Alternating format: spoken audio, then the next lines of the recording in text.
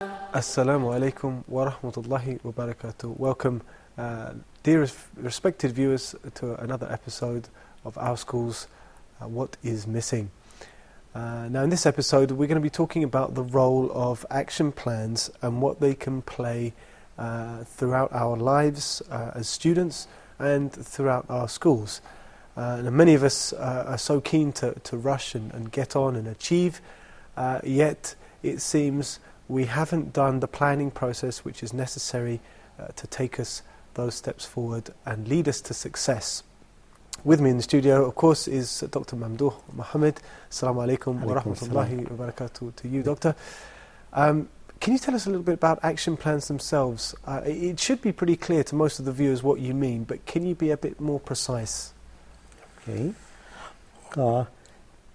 The action plan is, it says that plan for the actions or for the tasks or for the activities that you are planning to make for the future. It's as simple as this. Whenever you do something, let's say that you want to travel from here to Germany or from here to Tokyo. Okay, you're not going to go to the airport and look for an airplane that would take you to Japan, right? So you need to have a plan, right? So say, now you're planning, making a plan so that you can reach Tokyo in a specific time. So now the plan is that you sit down, I want to be there to attend the conference at that time. So this is the time that you want to be there. Now, so now you start making plan. I will spend, let's say, 2 hours to make search on the internet, or another alternative action is that you are going to go to a travel agent and ask the travel agent to do the job for you. So this is, the goal is to reach there safely, right? So and then the first step, okay, contacting the travel agent. And then who is that? You mentioned the name of the travel agent. Do you have the address of the travel agent or the phone number of the you write the contactor. So these are all steps that would guarantee that you would reach or you would achieve your goal safely. I think certainly many of us, we live in this ever-moving, very fast world, and many people will be thinking, well, I don't know if I can be bothered to do all this pre-planning, etc. You do it. Why should I? Why is it important? Oh, why it is important, yes. Now, you told me that you came from Alexandria.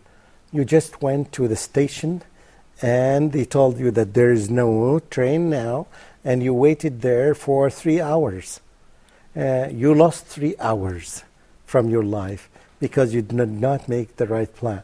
Had you made the right plan, right, you would have studied, you would have made some contacts for calls or internet research to know the time of these trains so that you can reach to Cairo. You can reach Cairo on the time that you want without losing 3 or 4 hours in the station.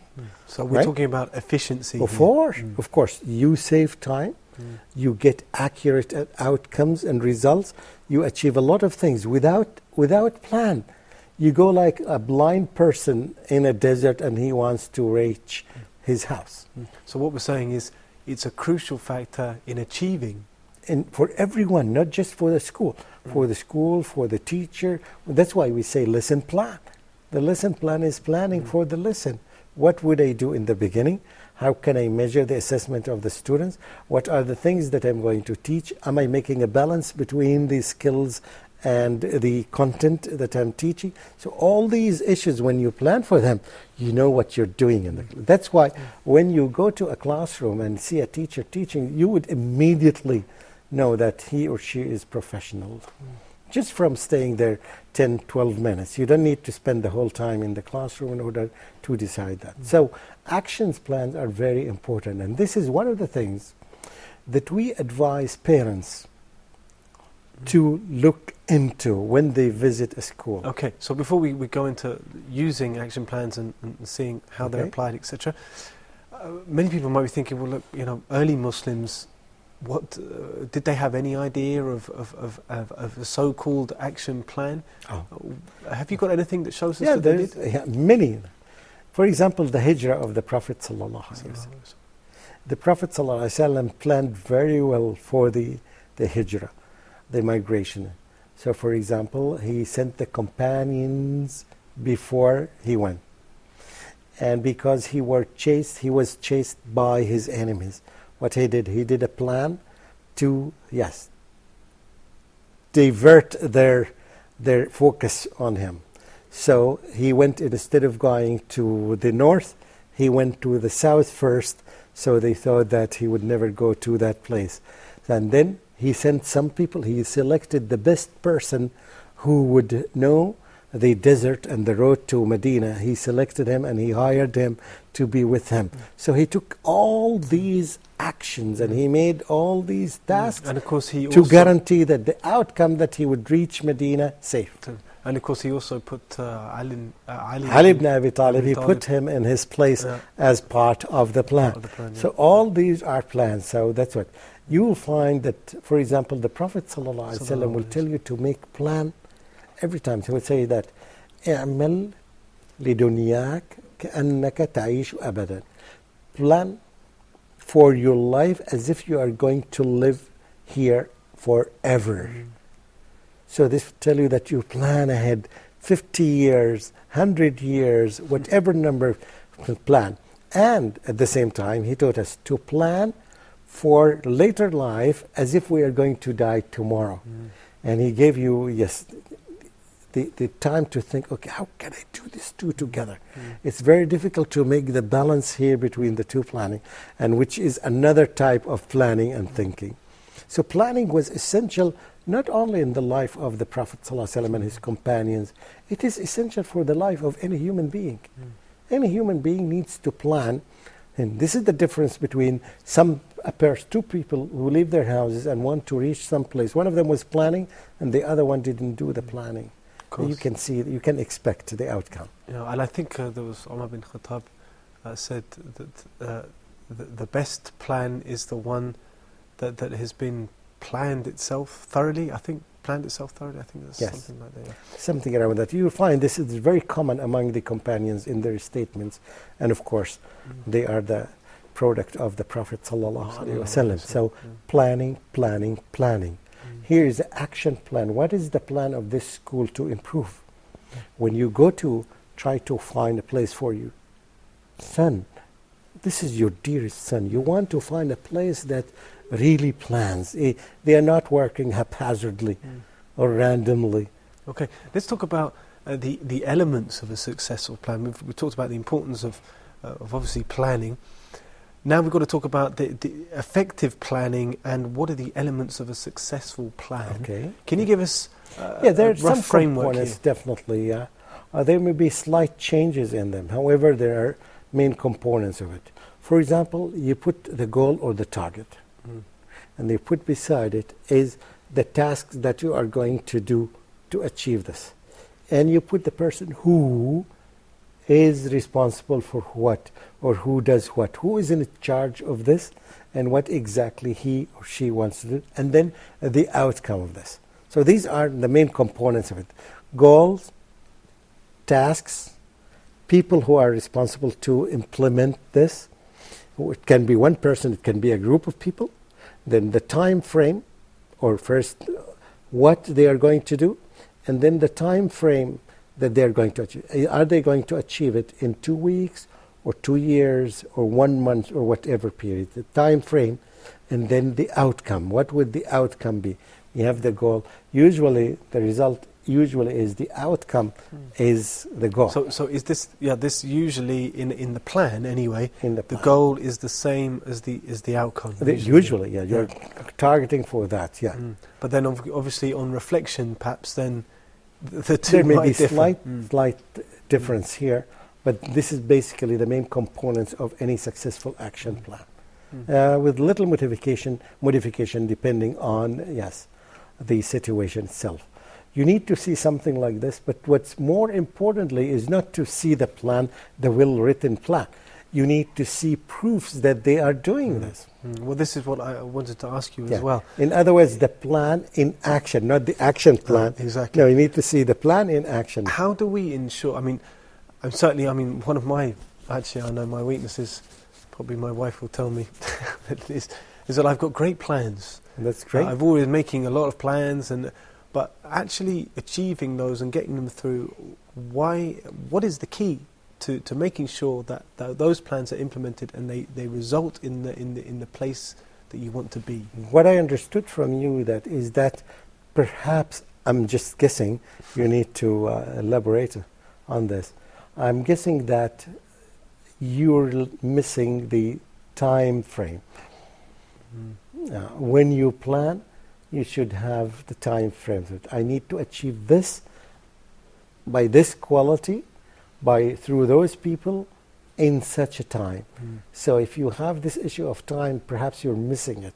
If you define that when you have a plan, I don't say that it's a dream, because a dream you're not planning for it, but a plan that you set down based on some needs. So you decided to make a plan, and you want to achieve this plan in such a date.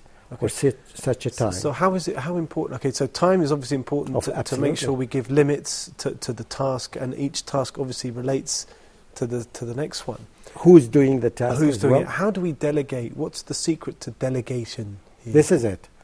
The question is, does the school principal or the owner delegate these responsibilities or assign these responsibilities to specific people, or is so general and vague? This is the It sounds like a common problem. Yeah, it is a common problem in some countries, but it is not common, in other countries. It may be common in some schools, but not in others. But if you design an action plan like this, you will definitely get concrete outcomes, solid outcomes, measurable outcomes that everybody can see that. Yes. So what's the key to getting motivation from the stakeholders? Let's call them stakeholders, the ones who are helping the plan. How can we motivate them to get these tasks done? Yeah. First of all, we would need to explain to them the importance of these plans. And we would show them number of schools that they have planned for themselves, and they have achieved their plans within the time frame. And we would see them, the other schools who have never planned for improving themselves, and they would see the concept. Do you know that this school, have you seen this school? It's good in this and this and this and this. One of the good things that they have done is that the action plan they have.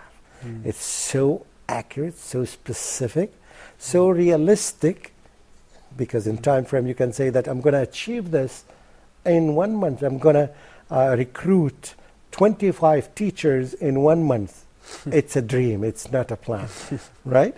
This is a dream, this is not a plan. You cannot recruit 25 good teachers in different areas, because you need to make good search, and you need to make interviews. So we talked about this in criteria setting, that we've got to make sure that those are realistic. Yeah, realistic, of course. And that's why sometimes when we see any action plan, we see, is it realistic? This is one of the questions. Is it realistic, or just a dream type of plan? Okay, can you give us an example of a successful plan that you've been involved in yourself, and what that's actually achieved, where they were and where they got to?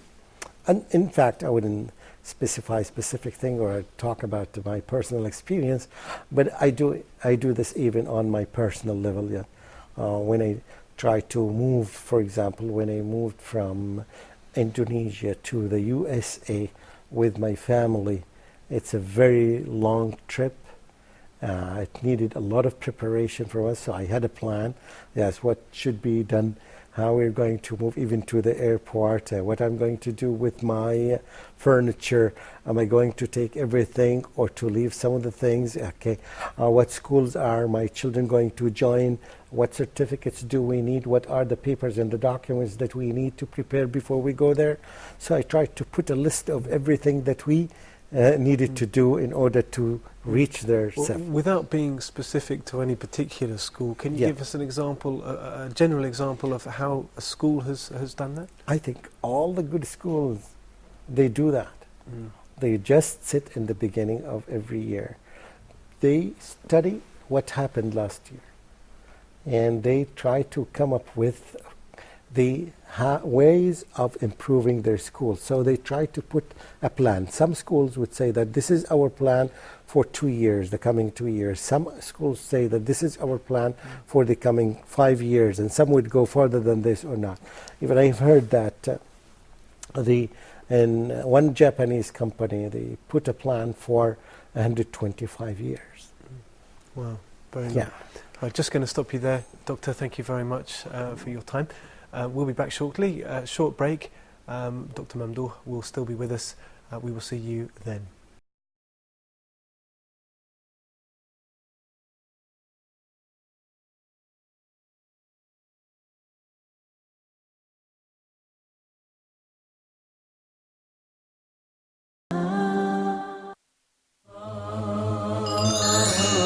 Islam Unveiled.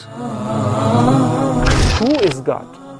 Who is the Lord of Muslims? Whom do Muslims worship? And the fifth pillar of Islam was to perform pilgrimage to the ancient house of God, which was built by the angels first, then reconstructed by Prophet Abraham, peace be upon him, which is located in the most holy city on earth, that is Mecca. So we believe in those books as they have been mentioned exactly in the Quran. Prophet Muhammad, peace be upon him, have been receiving the Quran on intervals, segments by segments, chapters by chapters, parts by parts. It took 23 years for the Quran to complete its revelation. You claim that the Quran is not the word of God? How could you convince me that there is only one version? Dr. Muhammad Salah will cover issues related to Muslim worship, creed, books, and much more. So stay tuned for Islam Unveiled.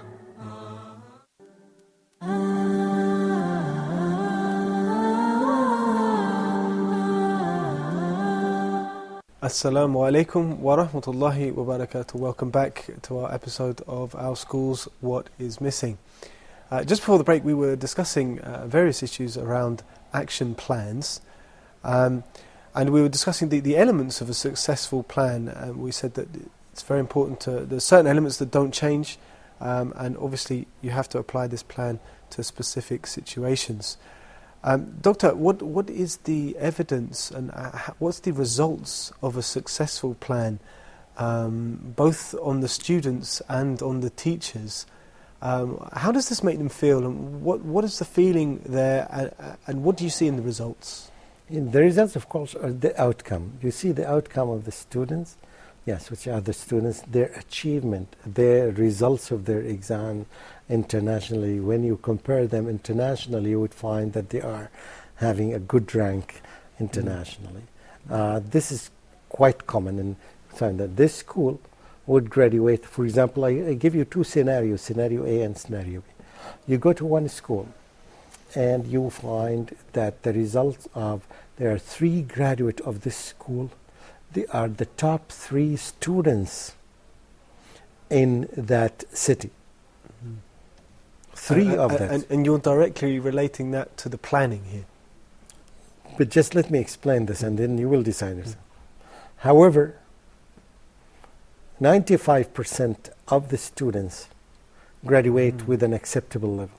But it's only 3 students, and they are the top on that city or that country. Okay. This is scenario A. Scenario B, you go to another school, you will find that 70 or 80 or 90% of the students graduate at a level of very good. And 5% of the students fail.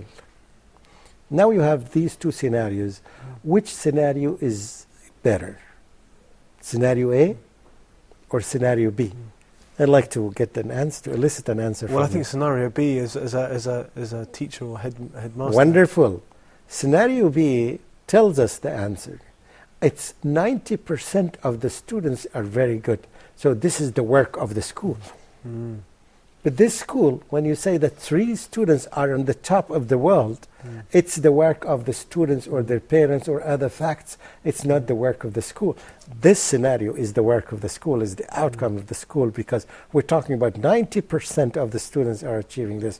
We're not talking about individuals who may be talented or who may be supported by extra support outside. This is the product of the school. This is not the product of the school. So I can see that this is, from a parental point of view, that this is obviously a clear sign, a bellwether about the school. This is the school where you need to put your child in. It's not this school, right? I think that everybody can see this by himself, that this is what we need to do in our schools, to get up, to uplift all the students to that level.